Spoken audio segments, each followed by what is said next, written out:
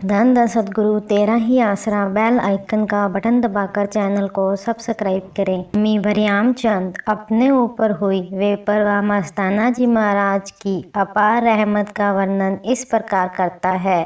पाकिस्तान हिंदुस्तान बंटवारे से पहले हमारा सारा परिवार मिंगल गुमरी के पास एक गांव में रहा करता था। मैंने हजूर बाबा सावन सिंह जी महाराज से नाम शब्द लिया हुआ है, इसलिए मैं अक्सर ही डेरा ब्यास में सत्संग पर जाया करता था।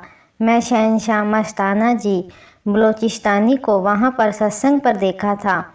उस समय शहनशाह मस्ताना जी के पाँव और कमर पर बड़े बड़े घुंघरू हुआ करते थे। शहनशाह मस्ताना जी हजूर बाबा सावन सिंह जी महाराज के सत्संग में खूब नाचा करते थे। पूज्य बाबा जी शहनशाह मस्ताना जी को अपने पावन कर कमलों से आशीर्वाद देते और इशारा करके रोका करते और वचन फरमाते, हजम कर मस्तानिया हजम कर, तैनू बागड़ दा बादशाह बनाया, तैनू मालवे दा बादशाह बनाया।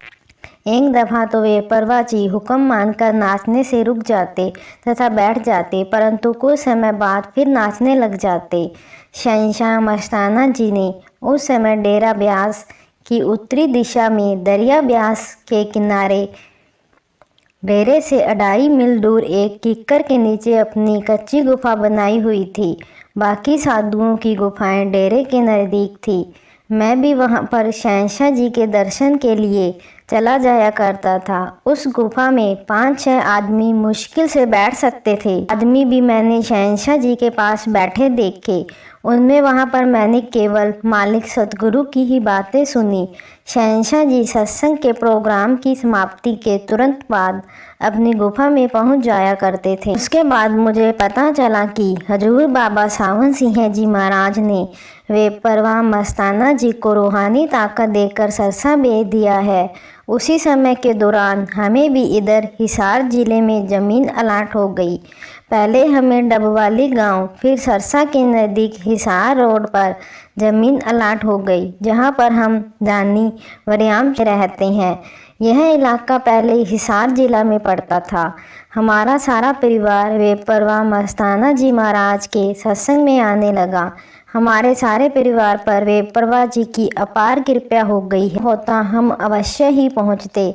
मैं तो अक्सर डेरा सच्चा सौदा में आता जाता रहता था। 1958 की बात है, जब तक हम तालाब का पानी पिया करते थे। परिवार ने पानी के लिए एक नलका लगाने की योजना बनाई।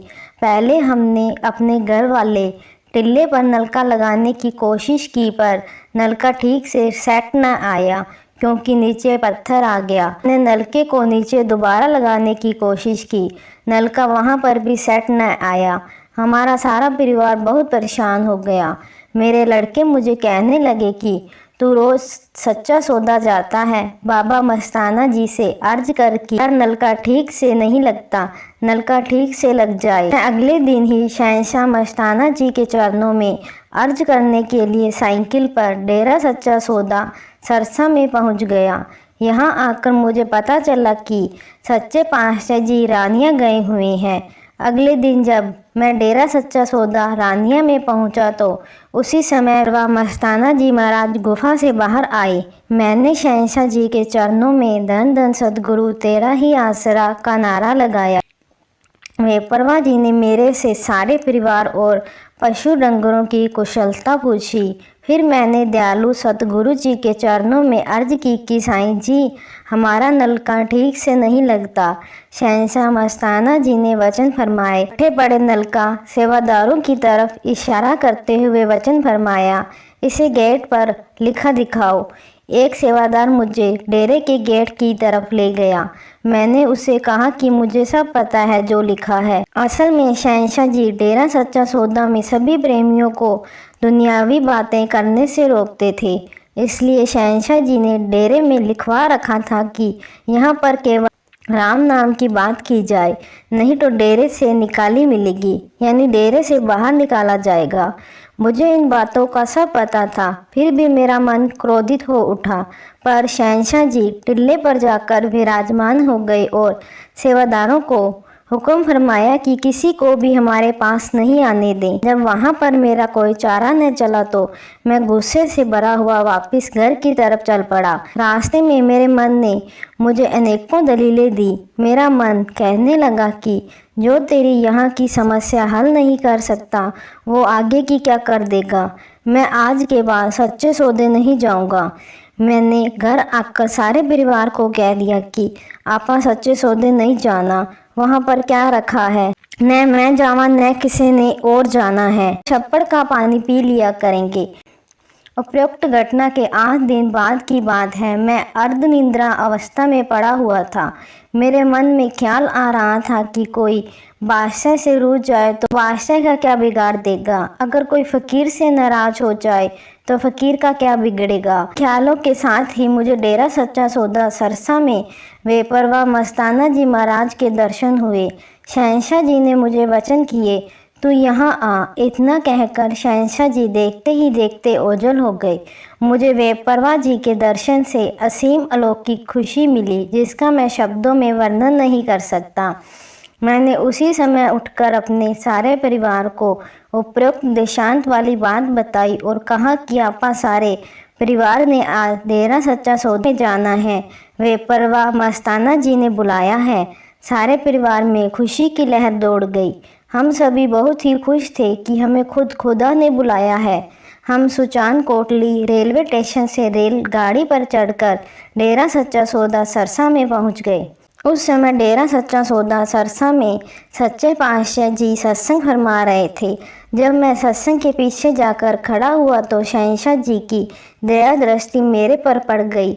सच्चे पातशाह जी ने फरमाया, आगे आने दो, चौधरी को रास्ता दो। सेवादार मुझे आगे शहंशाह जी के बिल्कुल पास ले गए। दयालु दातार जी ने मेरे से पूछा, सुन भाई, क्या हाल है नलके का। मैंने कहा, साईं जी, नलके की नालियाँ उखाड़ कर दीवारों के साथ लगा दी हैं। नलका टिल्ले के नीचे लगाते हैं तो एक पाइप ज़्यादा लगती है, ऊपर लगाते हैं तो कम लगती है, ठीक नहीं लगता। बेपरवाह जी ने उसी समय मलोट के सेवादार मिस्त्री को अपने पास बुलाया और हुक्म फरमाया, डेरे का सामान ले जाकर चौधरी का नलका लगाकर और टिल्ले पर लगाओ। हमने शहंशाह जी के वचनानुसार नलका लगाया जो अभी तक चल रहा है। पानी बहुत मीठा था जो अब तक आसपास की सभी डानियों वाले भी पीते रहे हैं।